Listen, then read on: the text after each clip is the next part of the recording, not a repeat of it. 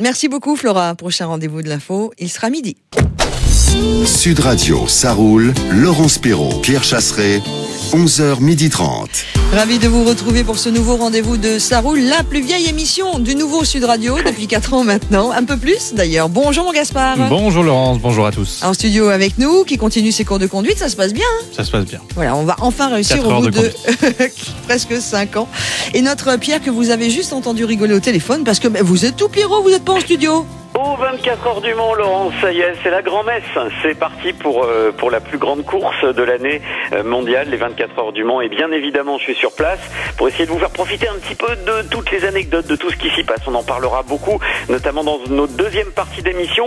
Et les 24 heures du Mont, vous savez quoi, ma Lolo? J'ai regardé un petit peu les essais. Accident pour la Toyota numéro 7, qui était donné d'ailleurs grand vainqueur de ces 24 heures du Mont. Ça l'a pas empêché de faire la pole, mais accident quand même, comme quoi, sur une course automobile, tout est possible, y compris quand l'ultra favori.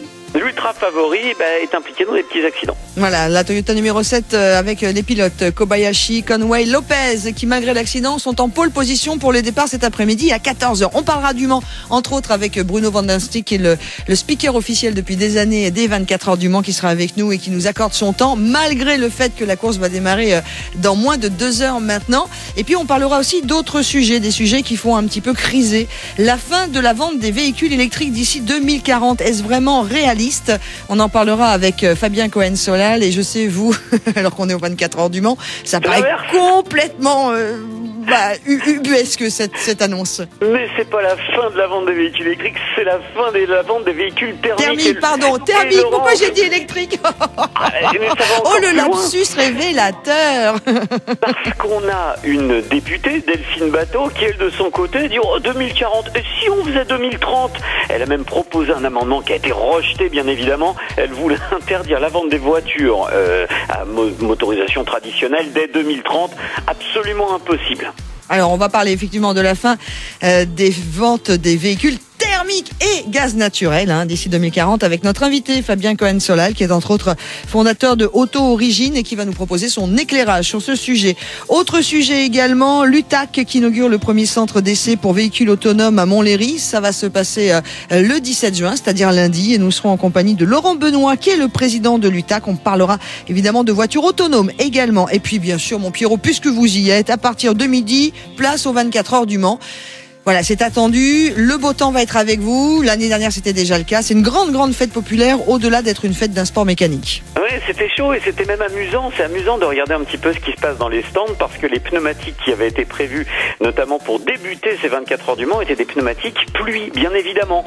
Et puis, on a chaussé les secs, parce que comme les chaussures, qu'on court pas avec les mêmes chaussures selon qu'on va à la plage en tongs ou sur du bitume et de l'asphalte, eh bien la voiture, c'est pareil. Donc, on repart sur des pneus lisses et pas une goutte de pluie n'est prévue sur les 24 heures du Mans. Alors si vous avez rien à faire, venez me rejoindre. Oui, parce que ce n'est pas seulement la course, c'est aussi toute cette grande fête populaire. Il y a des concerts, il y a tout un salon qui est ouvert. Enfin, c'est vraiment magnifique. Moi, je l'ai vécu grâce à vous, Pierre, et grâce à 40 millions d'automobilistes. 2 années de suite, c'est vraiment un très joli rendez-vous. Mais tout de suite, tiens, d'ailleurs, on parle de l'actu et c'est Gaspard qui s'y colle. Alors que les prix des carburants ont bien baissé ces derniers jours en France, l'actualité chamboule tout avec une hausse brutale de 4% du prix du baril du pétrole avant-hier matin.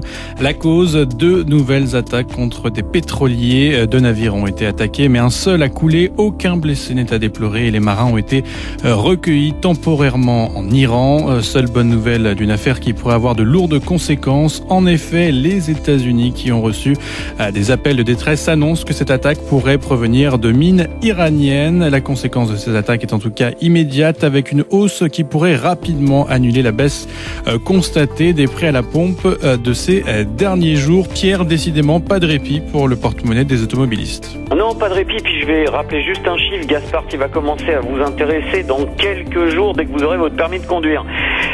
Si on n'avait pas connu toutes les augmentations de fiscalité des carburants qu'on a pu connaître depuis 10 ans, le prix au litre serait en gros d'1,10 € aujourd'hui. 1,10 €. Au lieu de ça, regardez les prix à la pompe.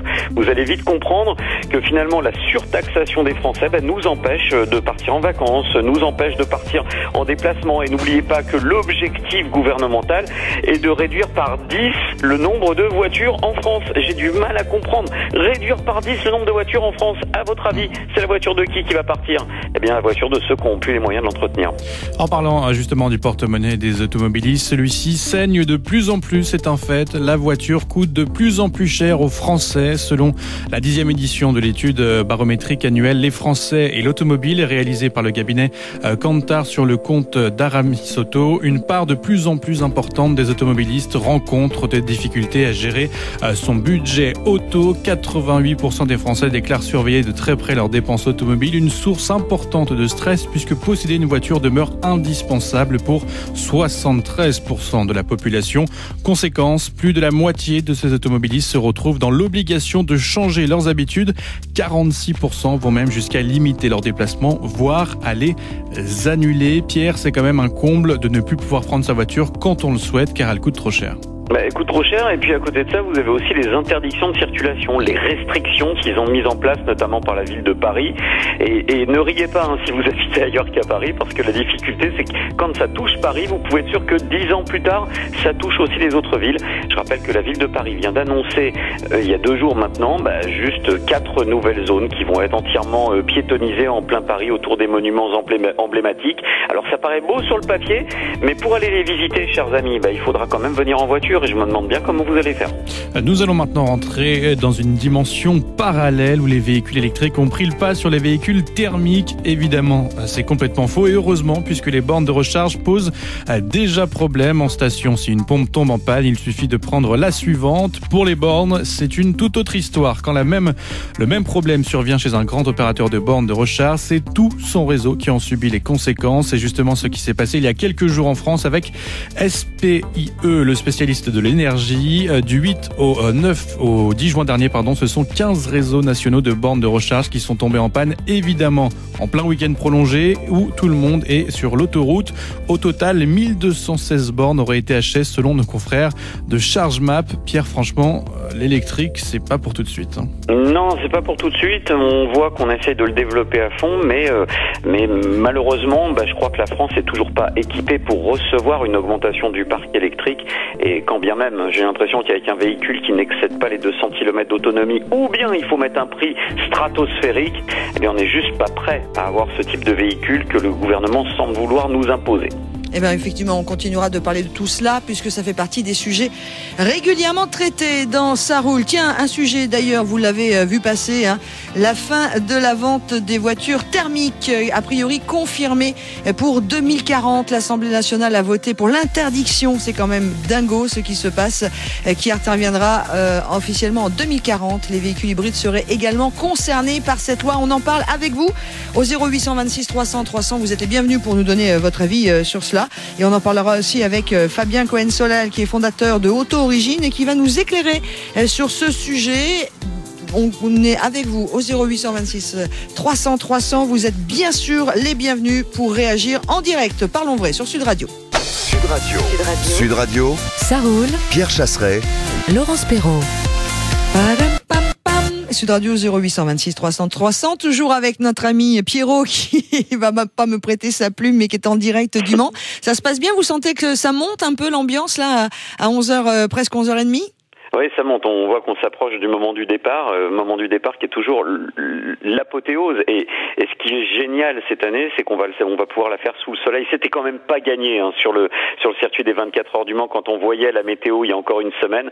J'en retiens une chose, c'est que finalement, j'ai l'impression que la météo n'est pas du tout capable de nous prévoir le temps qu'il va faire dans une semaine. Parce qu'il y a une semaine, on nous disait que c'était de la flotte tout le week-end.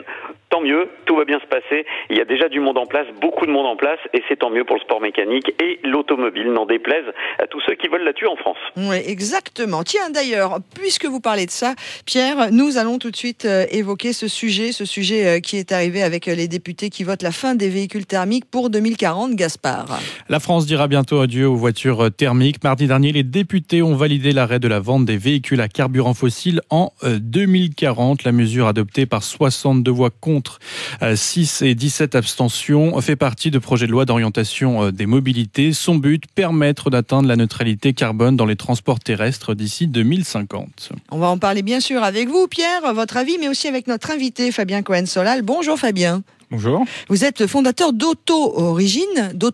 On va en parler évidemment en détail de cette fin annoncée et votée par les députés. Un mot déjà sur Auto-Origine. Auto-Origine, c'est un service en ligne qui permet de retrouver l'historique de toutes les voitures immatriculées en France. On tape une plaque d'immatriculation et notre service va agréger différentes bases de données de professionnels pour ressortir en instantané des rapports sur l'historique de la voiture, donc le nombre de propriétaires, la typologie de chaque propriétaire. On donnera effectivement aussi l'énergie, donc si la voiture est thermique, électrique, essence, diesel, des anciens kilométrages, etc., etc. C'est incroyable. Alors Pierre, vous qui êtes en direct du Mans, là, je viens de taper sur Auto-Origine. AUTORIGIN, l'immatriculation de ma voiture, et j'ai sa feuille d'identité, j'ai sa fiche d'identité, c'est un truc de fou. Oui, c'est génial. C'est génial parce que ça vient répondre à un vrai besoin actuel, c'est-à-dire qu'on a de plus en plus de véhicules qui aujourd'hui sont un petit peu frauduleux. Pourquoi ? Parce que le contrôle technique s'est renforcé, parce qu'on a une augmentation de la doublette de plaques d'immatriculation, c'est-à-dire qu'on vous copie votre plaque d'immatriculation. Bref, tout cela va permettre à l'acheteur potentiel aussi de pouvoir avoir une information détaillée sur le véhicule et sur son antériorité. Donc bravo, parce que ça c'est vraiment une chouette idée qui est à la fois dans l'air du temps, à la fois numérique et qui rassure le consommateur. Alors tout de suite, Fabien, pour mettre ça de côté, là j'ai une première estimation, une première recherche qui était gratuite, mais si je veux en savoir plus, ça c'est un coût ? Tout à fait. En fait, quand on tape la plaque d'immatriculation, on vous donne certaines informations techniques. Donc la marque, le modèle, la couleur, le nombre de places. Et ça permet déjà de se rassurer quand on trouve une annonce en ligne ou ce genre de choses, ça permet de se rassurer que c'est bien le bon véhicule qui est immatriculé avec la bonne immatriculation auprès du ministère. Ensuite, il faut payer 6,90 € pour débloquer la consultation du rapport, où là, on a véritablement une fiche, une espèce de carte vitale du véhicule qui est beaucoup plus exhaustive, évidemment. Et là, c'est pas très cher, pour être honnête avec vous. Quand on veut acheter un véhicule, au moins on sait exactement ce qu'on a. Bravo. Juste avant de passer sur notre sujet qui nous intéresse, la fin des ventes des véhicules thermiques, puisque vous avez un bel éclairage à nous apporter. L'idée est venue comment, Fabien ? L'idée est venue de, justement, comme disait Pierre, qu'il n'y a pas de confiance, il n'y a pas de transparence dans le monde du véhicule d'occasion. L'âge moyen d'un véhicule d'occasion aujourd'hui en France, c'est 9 ans, sachant qu'il y a plus de 40% des véhicules qui ont plus de 11 ou 12 ans. Et que concrètement, des études montrent qu'il y a environ entre 5 et 15% des véhicules qui ont un compteur qui aurait été modifié, ou encore que 47% des transactions faites par des professionnels présentent un vice. Donc c'est soit compteur, soit une mauvaise information sur le passé. Et de temps en temps, c'est même pas volontaire. Ça qui est exceptionnel, c'est que c'est même pas volontaire. Quand on achète un véhicule qui a 9 ans, il y a déjà eu 2-3 mains. Si vous voyez, même le propriétaire actuel qui est de très bonne foi ne connaît même pas le passé de sa voiture. Le compteur trafiqué, c'est vraiment le fléau de la France. On estime, accrochez-vous, que pour les véhicules qui sont importés sur le territoire français, on a 40% de compteurs kilométriques qui sont frauduleux. 40% pour les véhicules importés. Ça fait beaucoup quand même, hein. Oui, alors ça c'est important, c'est pour ça que je voulais qu'on mette en place ce qu'était Auto-Origine, Fabien Cohen-Solal. Maintenant, si vous le voulez bien, on va venir sur notre sujet. Voilà, les députés qui ont voté mardi 11 juin au soir la fin de la vente des véhicules thermiques, diesel, essence et gaz naturel d'ici 2040. Alors Pierre, vous qui êtes en direct du Mans, puisque c'est les 24 heures du Mans ce week-end, est-ce que vous avez, évidemment avec 40 millions d'automobilistes, déjà un avis sur cette question ? Ça paraît fou, ça paraît irréaliste, Pierre Chassaigne. Chasseret. C'est surtout pas jouable. C'est surtout pas jouable. On est sur un timing qui est beaucoup trop serré. De plus, on n'a pas de solution véritablement alternative qui est en place aujourd'hui. J'ai l'impression que ça ressemble à de l'effet d'annonce politique. J'en discutais avec un député de La République En Marche il y a quelques heures encore, qui m'expliquait et qui me rassurait, qui me disait: Pierre, on est sur du discours politique. Tu connais, Pierre? Bah oui, mais sauf que tous ceux qui nous écoutent derrière se posent des questions et se disent: mais est-ce qu'ils sont pas juste tombés sur la tête? Fabien Cohen-Solal, fondateur d'Autorigine, votre éclairage sur cette affaire? Déjà, c'est vrai qu'il y a plusieurs étapes. La première, c'est 2030. Heureusement, alors, ça a c'est pas dans été... 10 ans, quoi. On est en 2019, mi-2019, c'est dans 10 ans et demi, quoi. Oui, effectivement, c'est dans demain. 10 ans, c'est demain pour les véhicules qui sont mis en circulation. Aujourd'hui, c'est demain. À 10 ans, l'objectif est de réduire de 37,5% les émissions de CO2 des voitures particulières et utilitaires. La problématique aujourd'hui, c'est que le parc français, c'est seulement 2% de véhicules électriques. Ça va être difficile de mettre en place tout ça. L'autre problématique aussi, c'est que dans cette loi qui a été votée, on parle des véhicules électriques. Quid des véhicules hybrides? Eh ouais. Mais là, a priori, peut-être que certains vont être concernés. Peut-être que certains vont être concernés. On ne sait pas. On ne sait pas encore. Moi, ce qui me dérange un peu dans cette loi, c'est pas qu'elle soit votée, c'est plutôt qu'il y a des problématiques qui n'ont pas été prises en compte aujourd'hui. Ce que disait un peu Pierre tout à l'heure. Maintenant, il y a des choses quand même qui sont plutôt positives. Les biocarburants aussi, on n'en parle pas, mais les biocarburants, c'est une énergie aussi thermique, donc interdiction des biocarburants, donc de l'éthanol potentiellement, interdiction aussi des hybrides qui soient diesel ou essence. Et vous avez raison, là c'est catastrophique parce qu'on voit qu'il y a un niveau d'amateurisme dans ce qui est voté qui fait quand même être un petit peu peur. Exactement. Alors après, le texte prévoit une évaluation tous les 5 ans quand même. Tous les 5 ans, il y aura une évaluation d'une commission pour justement voir où en est l'évolution, en tout cas, du parc et de l'application de cette loi. C'est pour pondérer un petit peu justement ce manque d'informations qu'ils ont fourni aujourd'hui, j'imagine.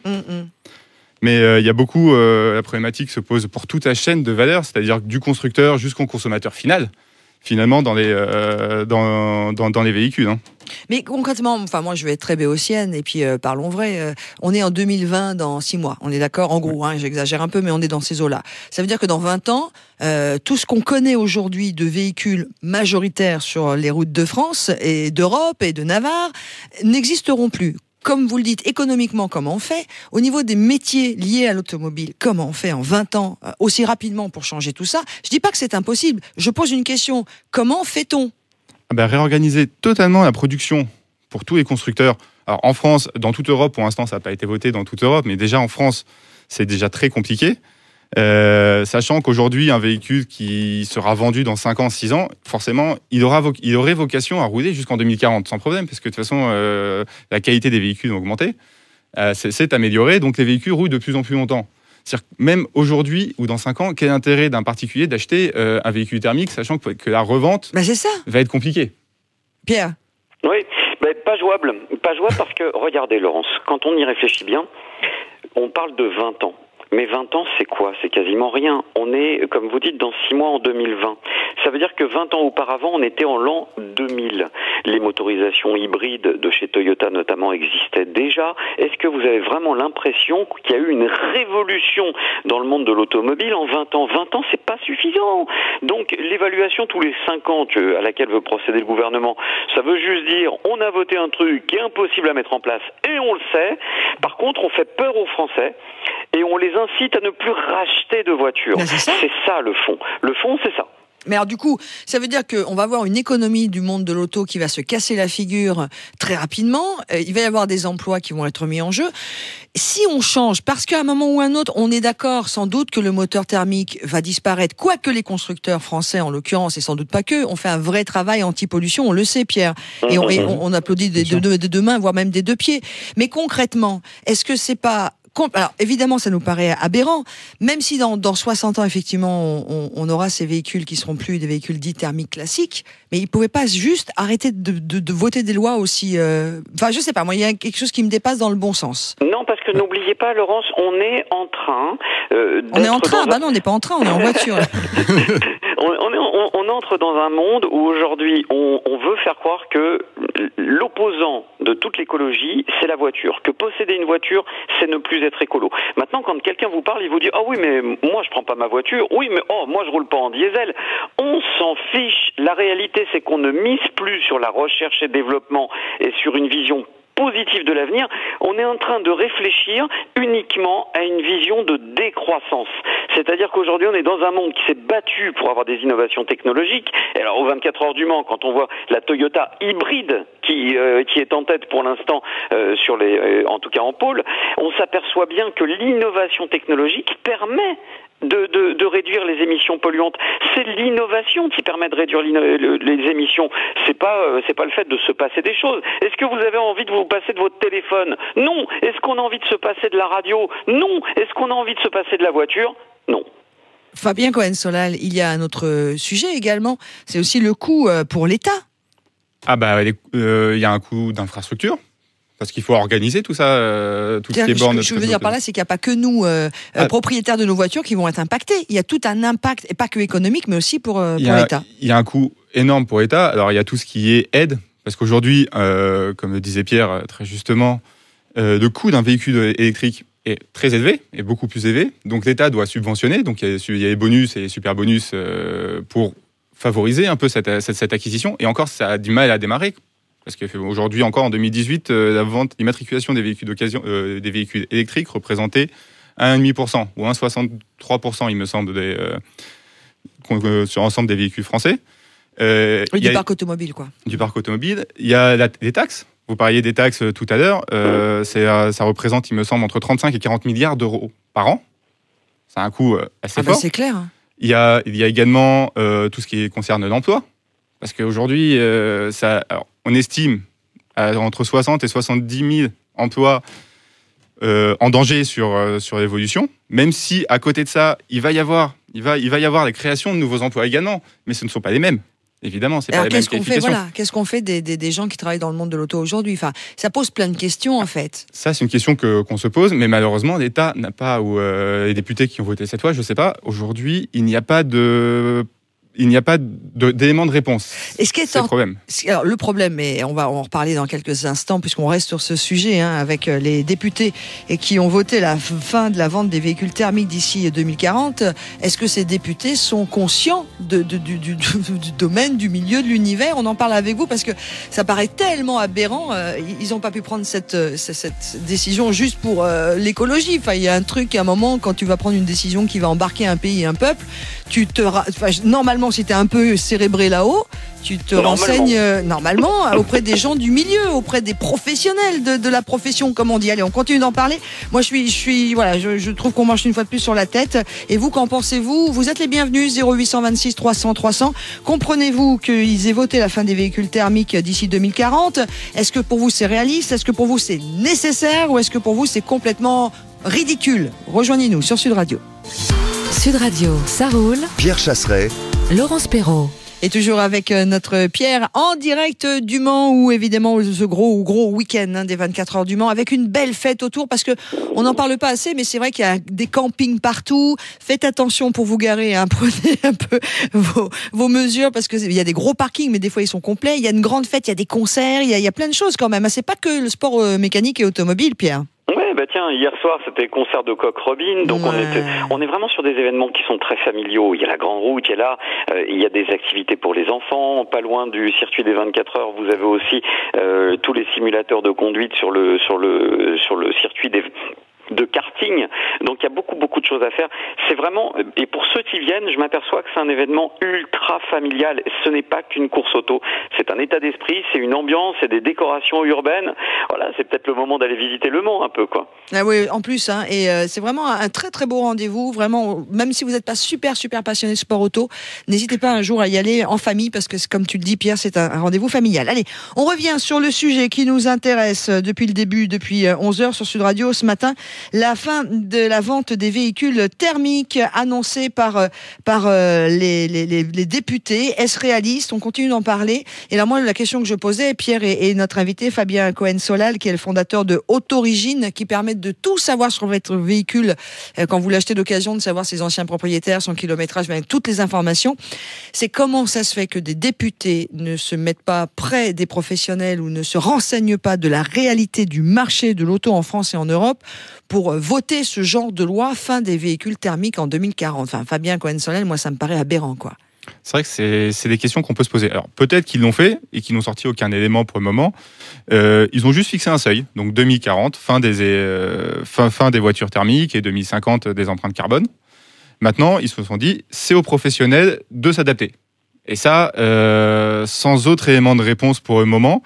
Donc il y a différents seuils qui ont été adaptés. Il y a différents articles, comme effectivement pousser et obliger les flottes automobiles à renouveler leur parc avec des véhicules électriques, avec des différents seuils. Donc c'était 10% en 2022 jusqu'à 50% en 2030.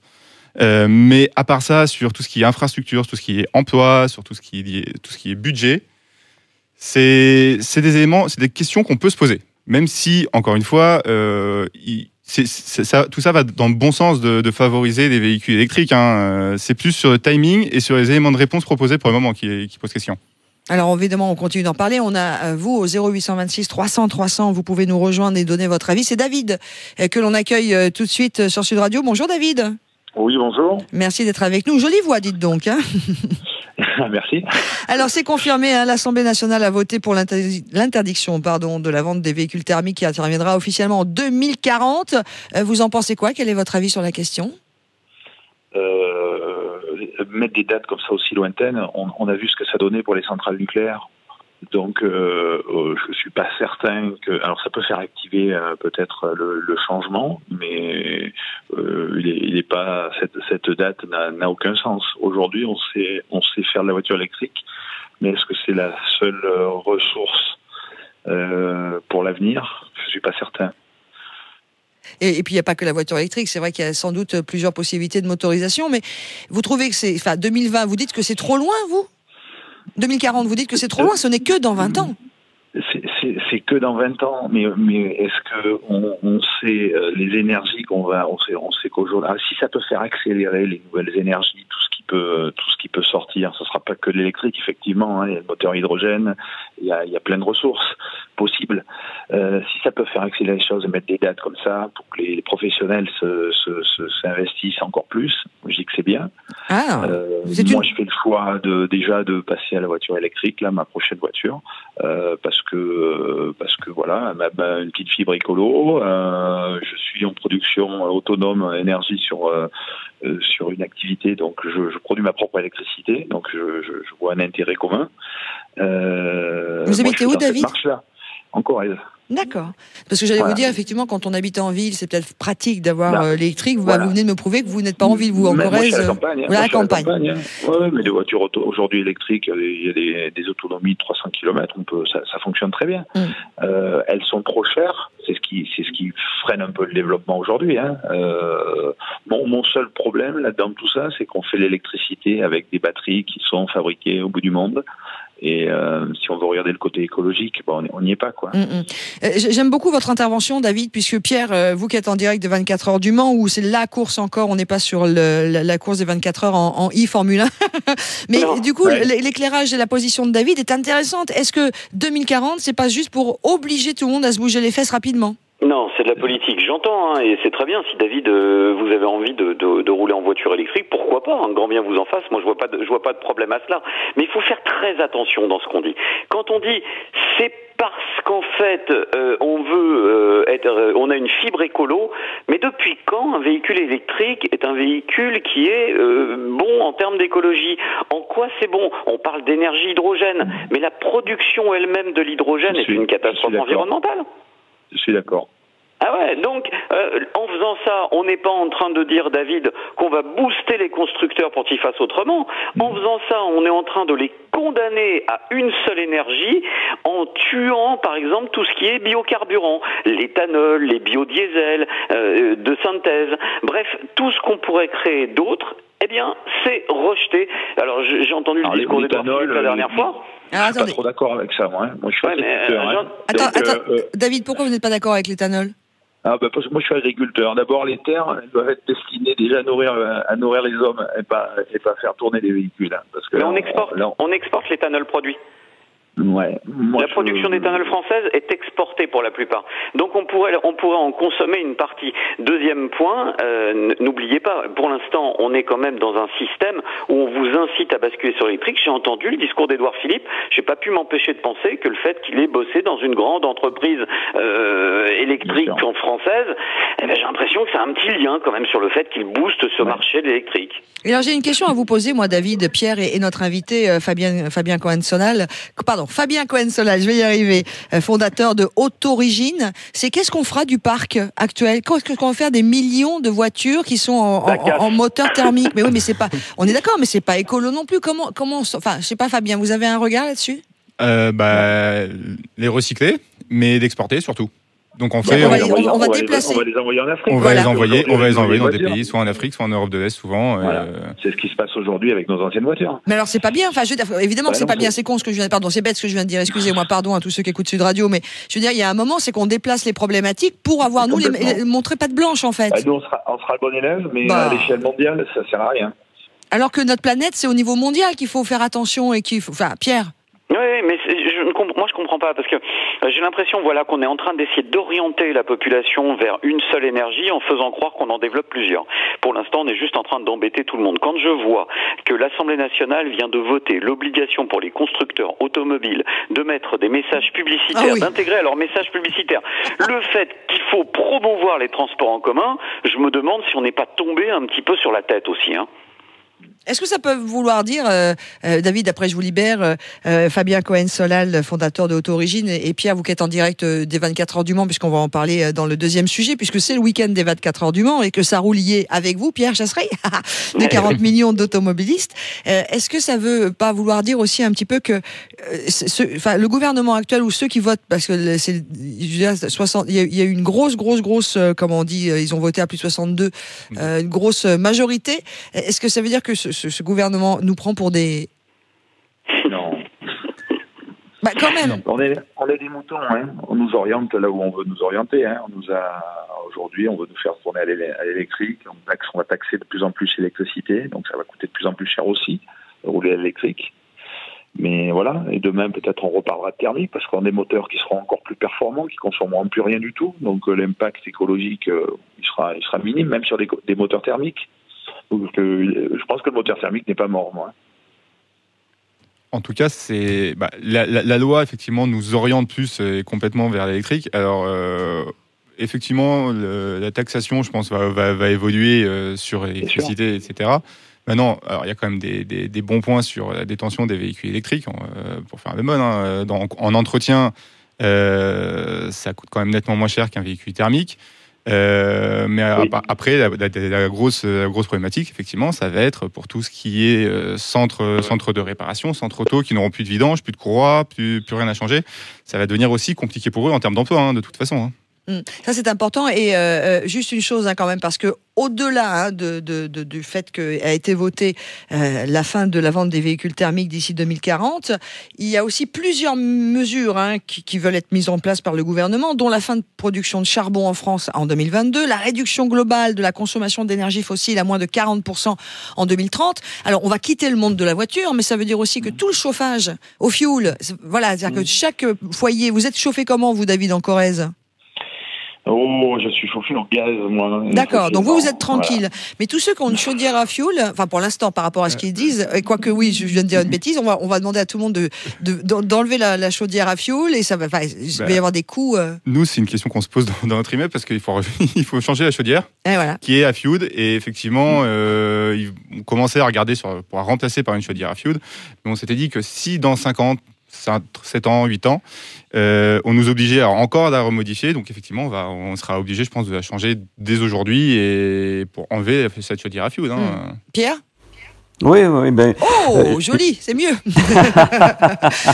Ça y est, je vous ai retrouvé avec une qualité optimale de son. Quel plaisir. En direct du Mans, à vivre les nouvelles technologies, c'est cool. Ouais, les nouvelles technologies, vous voyez, c'est fantastique. Et ça, c'est la recherche et développement. Et merci à l'équipe technique de Sud Radio, à Micha, Maxime et Bruno qui ont œuvré. Il se passe exactement la même chose, Laurence, dans le secteur de la voiture. L'innovation, c'est ce qui permet d'avoir des améliorations technologiques systématiques. Je ne veux plus de ce monde qui parle d'interdiction, qui parle de restriction. J'ai fait un petit calcul. Vous savez que cette semaine, il y a 7 jours dans une semaine, et bien sur les 7 jours qui ont précédé, on a eu plus de 9 annonces anti-automobiles. Ça ne peut plus durer. On ne peut plus continuer sur cette rythmique. Et puis surtout, moi, je pense à tous ceux qui ont un véhicule aujourd'hui, qui sont en train de le renouveler et qui se disent, mais qui va racheter ce véhicule bientôt? Il ne vaudra plus rien si on interdit ma motorisation. Et puis derrière, Laurence, vous avez cette problématique des stations-service. Qu'est-ce qu'elles vont devenir? Sur quelle énergie doivent-elles investir? Est-ce qu'elles gardent leurs pompes? Est-ce qu'elles ferment? C'est une catastrophe. On raisonne uniquement en intérêt politique, parce qu'on a vu qu'il y avait 14% d'électorat pour Europe Écologie Les Verts qui veulent détruire le monde automobile actuel, mais derrière, il n'y a rien. Il y a juste une vision politique pour être réélu, c'est tout. David, on va vous souhaiter un bon week-end. Vous voulez réagir une dernière fois? Oui, en Corrèze, on continuera à avoir des véhicules individuels. Hein, parce que les transports en commun, c'est pas pour nous encore. Hein. C'est ça. C'est qu'il y a aussi une réalité du territoire qui semble... Nos élus l'ont oublié. Nos élus parisiennes l'ont oublié. Ça. Oui, mais c'est l'Assemblée nationale. Donc les députés, vous avez des députés qui sont aussi en région. Donc c'est pour ça qu'on ne comprend pas... La voiture, c'est quand même la liberté. Ouais. C'est fabuleux la voiture. Alors on est propre, mais on a tous un plaisir d'avoir sa propre voiture, surtout dans nos campagnes. Oui, puis alors, on ne se trompe pas, ils n'interdisent pas la voiture en 2040. Ils veulent la fin de la vente des voitures thermiques confirmées en 2040. La fin de la vente, ça veut dire que le parc va continuer de rouler jusqu'à s'épuiser. C'est ça le but du jeu. Pierre. Ouais, c'est la volonté, mais au-delà de ça, voilà, quand j'entends David, lui, il est en Corrèze. Moi, je connais très très bien la Corrèze. Si vous n'avez pas de voiture, c'est pas la peine. Hein. Il faut changer de vie. Hein. On peut pas vivre sans voiture là-bas. Mais ce qui me gêne, c'est que vous avez des députés, je pense, Julien Aubert de La République En Marche. Allez le voir, allez lui expliquer, parce que manifestement, lorsqu'il est dans l'hémicycle, il n'a pas bien compris ce qui se passait par chez vous. Hein. Mais en tout cas, merci David d'être intervenu dans Ça roule ce matin au 0826 300 300 et puis d'avoir partagé vos idées et votre regard sur ce sujet. Merci beaucoup David. Bon week-end en Corrèze. Au revoir. Au revoir. C'est terminé pour ce sujet. Fabien Cohen-Solal, merci beaucoup. Merci à vous. Petit mot comme ça, parce que merci beaucoup. On rappelle que vous êtes fondateur de Autorigine, un site internet très simple sur lequel on peut tout savoir de la voiture que l'on achète. Exactement. Ça permet de retracer l'historique de la voiture en 3 clics exactement entre la recherche et la consultation en direct. Voilà, pour un petit prix, 6,90 € si on veut toute la carte d'identité de la voiture. Tout à fait. Merci beaucoup d'avoir été avec nous sur Sud Radio. Merci à vous. Pierre, on vous retrouve dans quelques instants en direct du Mans, puisque c'est les 24 heures du Mans à partir de 14h, la grande course, mais tout a commencé depuis quelques jours sur la ville de la Sarthe. Et on va parler entre autres de l'UTAC, qui devient le leader européen du véhicule automatisé et connecté avec une grande inauguration. C'est le Tecmo, nouveau centre d'essai à Montlhéry. On est en Sud Île-de-France où l'on écoute Sud Radio sur le 99.9. Restez en notre compagnie. Sud Radio. Sud Radio.